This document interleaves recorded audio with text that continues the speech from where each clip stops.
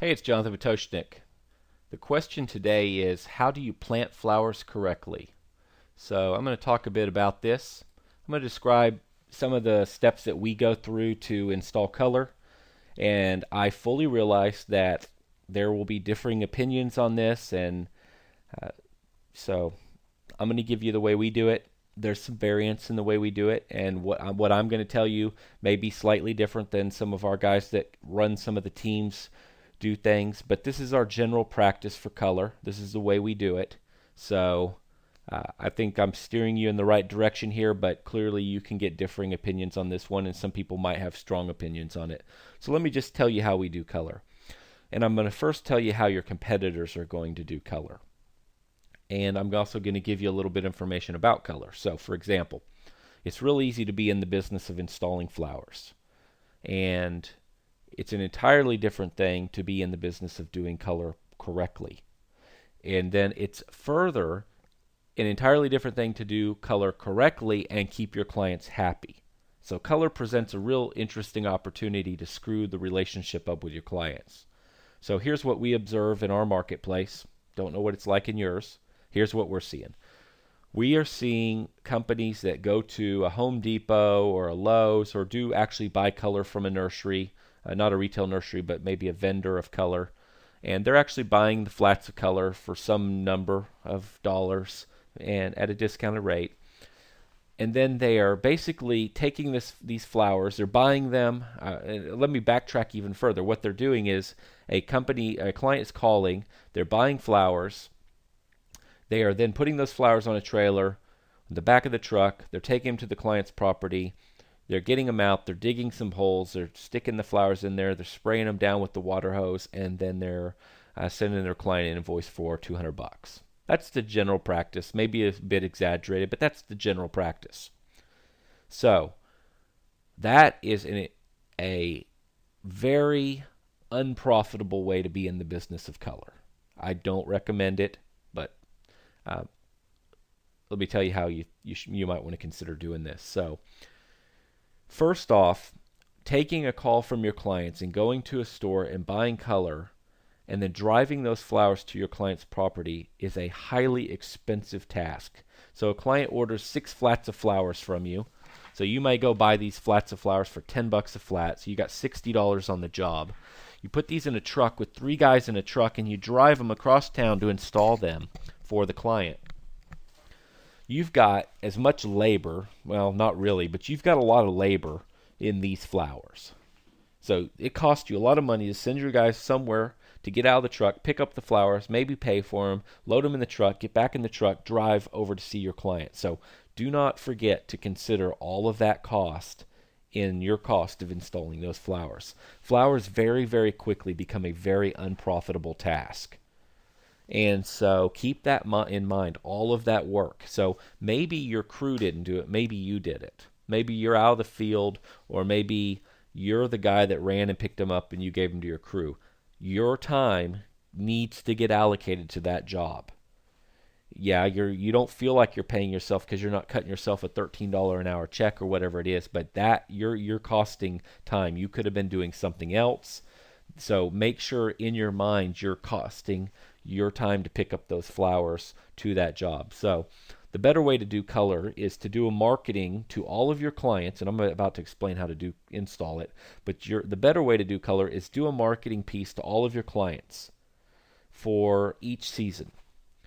Take all of your orders from your clients as much as you can, get them organized, clump them all together, and we're going to go do these 15 or these 50 or these 200 flower jobs, and we're going to put one crew in charge of it. Or if you only have one crew, we're going to dedicate Monday and Tuesday of this week and Monday and Tuesday of next week, or Saturdays, or whatever you're going to do, but you're going to group them together, and you're going to go buy all the color for the day or for a couple days at one time.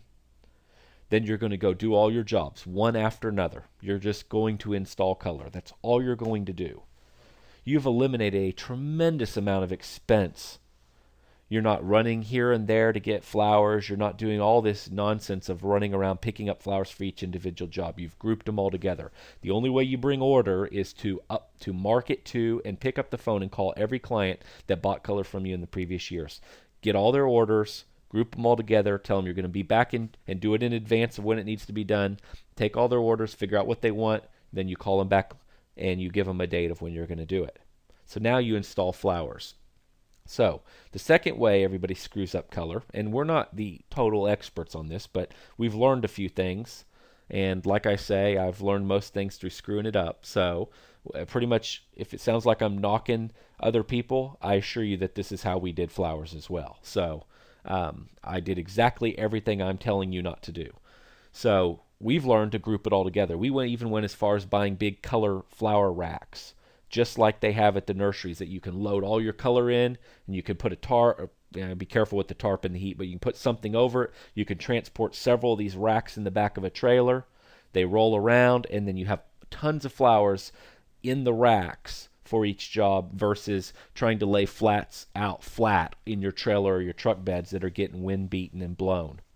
So now you get to the job site. So what do? We recommend amending the soil periodically. So don't just pull the flowers out. Amend the soil. If depending on your market, in our market we've got vinca. Well, if vinca gets a fungus, it can affect pansies in the fall. So certain flower types, if they get a fungus, can contaminate the soil. Sometimes you need to come back with fresh soil. That should be an upcharge if that happens. So one reason, you may not have this in your market, but one reason vinca gets a fungus in our marketplace, or periwinkles is another name, they get overwatered. They're too wet too frequently, so they develop this fungus, and it leads to a big problem. Well, one reason that happens is, and I'm about to talk to it, is because of a poor education with your client. So we're going to come back to that. So let's talk about color. Periodically, with each flower change, you're going to pull out the previous color. Periodically amend the soil. If you want to amend it every time, great, but at least every couple color changes, we recommend amending the soil. This is what we do. So again, I realize everybody's got a different opinion. So we amend the soil. We build up the health of the soil. We then we use a high quality, we do not cut corners, we use a high quality color fertilizer. We put the color fertilizer out across the soil, across the area that's going to be installed. We then space out our flowers, and then we plant them. So we basically lay them out in nice rows. Get them, plant them based on their what they call for 6-8 or 1 foot centers, whatever that is, so that we like to plant so they clump together nicely. So lay out your color fertilizer first. That way you're not throwing a granular fertilizer down after the fact, so where it's landing on the flowers, on their petals, where they could get burned. Put down your fertilizer first, plant, and then water. So that's the general process. Now, once you've done all that, you still need to educate your client. You don't just send them an invoice. So you need to tell your client how to care for it, how to water. They don't want to water their flowers just like they water their lawn. They don't want to not water frequently enough. They don't want to water in the middle of a hot summer day where the water will act like a magnifying glass and burn the flowers. So your next step is to educate your client. Tell them you're done. Have a handout, have something you give them that tells them how to care for the flowers they have, what to look for, why they might want to call you if there's a problem. And then one of the most critical things, and I recommend you do all this in a video and send it to them by email once you're done so they can watch it. And in this letter or in this video, you are explaining to them why watering is so imperative to the success of flowers. And you're explaining to them why fertilization with a true high-quality color fertilizer, not a lawn fertilizer, is imperative. And after you explain to them why this stuff is imperative and why it will result in far bigger flowers, and why they'll be far happier with their flowers, and why the experience will be much better, and why their neighbors are going to be envious, you then offer them the service of monthly color fertilization, or whatever the frequency needs to be in your market, and you upsell them a color fertilizer. Because if you'll fertilize and they'll water properly, the flowers will look so much better and so much different than they would if you just plant the flowers and walk away and hope for the best. Your clients will be much happier with them. The alternative, your client is dissatisfied, never says anything to you, but wasn't really happy with that flower color installation experience. So it's on you to teach them how to care for their flowers. They don't know.